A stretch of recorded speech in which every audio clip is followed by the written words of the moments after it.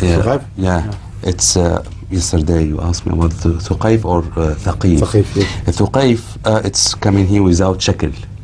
So من ثقيف according to Arabic language this is مصغر of مثقف. It can be both.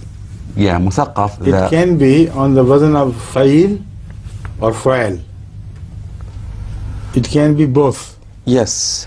But we should know from the what do they call أسماء الرجال.